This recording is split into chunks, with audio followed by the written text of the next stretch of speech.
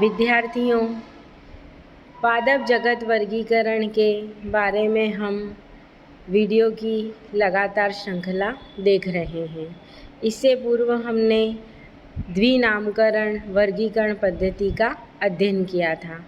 प्रकृति में इतनी अधिक जैव विविधता है, इस जैव विविधता को देखते हुए अलग अलग समय में अलग अलग वैज्ञानिकों द्वारा अध्ययन हेतु अपनी अपनी वर्गीकरण प्रणालियाँ प्रस्तुत की गई, जैसे Hutchinson, Theophrastus, de Candolle, Bentham Hooker, John Ray, Linnaeus आदि ने वर्गीकरण प्रणालियों को प्रस्तुत किया।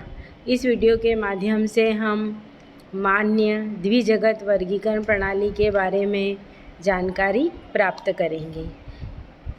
इससे पहले हम विभिन्न वैज्ञानिकों द्वारा मुख्य लक्षणों के आधार पर 3 प्रकार के वर्गीकरण पद्धतियाँ प्रस्तावित की गई। प्रथम है प्राकृतिक वर्गीकरण, द्वितीय कृत्रिम वर्गीकरण और तृतीय है जातिवृत्ति वर्गीकरण। आइए इनको संक्षिप्त में समझते हैं।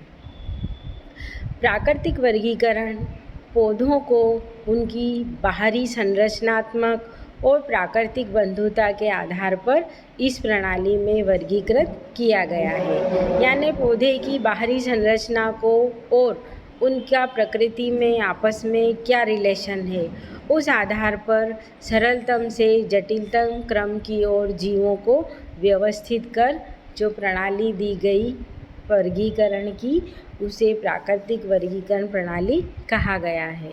यह प्रणाली पद्धति डी कोंडेले और बेंथम और हुकर का वर्गीकरण प्राकृतिक वर्गीकरण के ऊपर आधारित था। अगली आती है कृत्रिम वर्गीकरण पद्धति प्रणाली।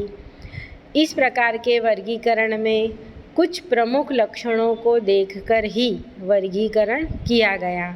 इसका दोष ये रहा, कमी ये रह गई कि सिर्फ कुछ लक्षणों को ध्यान से देखा गया। इस कारण अत्यधिक समानता वाले पौधे अलग अलग समूह में रखने में आए और असमान पौधों को एक साथ रख दिया गया। इस प्रणाली का यह सबसे बड़ा दोष था। कृत्रिम वर्गीकरण प्रणाली थियोफ्रास्टस, कैरोलस लिनियस और जॉन रे का वर्गीकरण कृत्रिम लक्षणों, कृत्रिम वर्गीकरण के ऊपर आधारित था। इसके बाद अगली जातिवृत्ति वर्गीकरण। नाम से ही पता चल रहा है कि जीव का विकास और उत्पत्ति का इतिहास देखते हुए उनके आनुवंशिक अंतर संबंधों के आधार पर जीवों को इस प्रणाली में जगह दी गई। यह वर्गीकरण प्रणाली जीवाश्म के ऊपर भी आधारित है, लेकिन इस पद्धति का दोष ये रहा कि यह संयोजी कड़ियों को ठीक से नहीं समझा पाया और उनको वर्गीकरण में कहाँ रखा जाए, इस प्रणाली के द्वारा नहीं समझा पाए।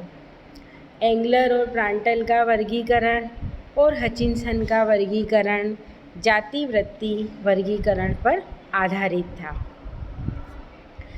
अब जो मुख्य टॉपिक है हमारा द्विजगत वर्गीकरण प्रणाली।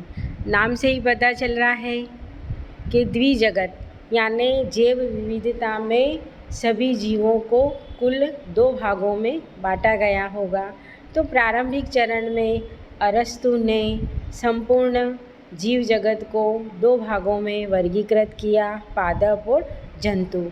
लेकिन वो इसको विस्तार पूर्वक व्याख्या नहीं बता पाए और इसी में कुछ परिवर्तन और सुधार करके संशोधन के बाद कैरोलस लिनियस ने अपनी पुस्तक सिस्टेमा नेचुरी में संपूर्ण जीव जगत को 2 भागों में बांटा, वर्गीकृत किया, पादप जगत और जंतु जगत।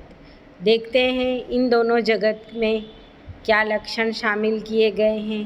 पादप जगत क्लोरोफिल युक्त पौधों को रखा गया, वर्गीकरण का आधार माना गया। कोशिका भित्ति जिनमें पाई जाती है उन्हें पादप जगत में रखा गया।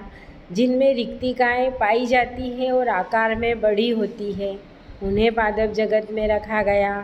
और ऐसे पौधे जिनमें प्रकाश संश्लेषण द्वारा भोजन बनाने की क्षमता होती है, उन्हें पादप जगत में स्थान दिया गया।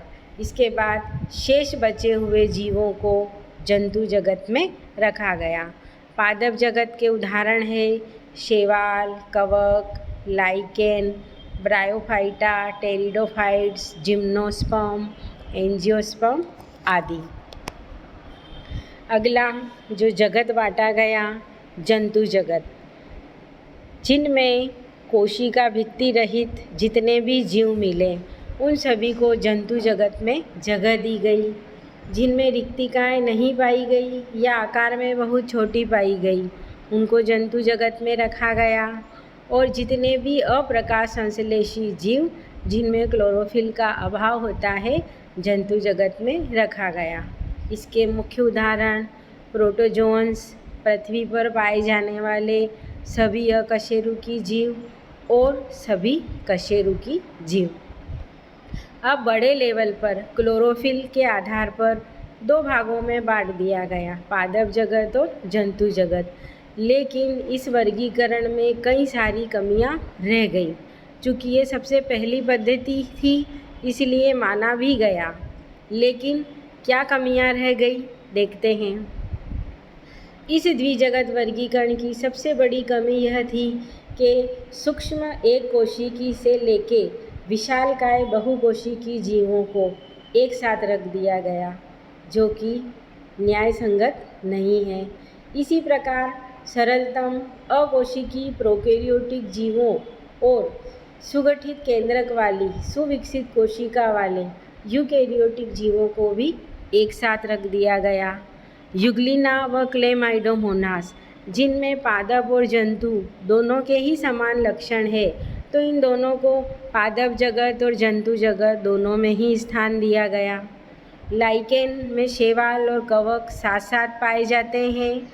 अब कवक अप्रकाश संश्लेषी पौधा है, लेकिन फिर भी यहाँ इनको पादप जगत में मान लिया गया।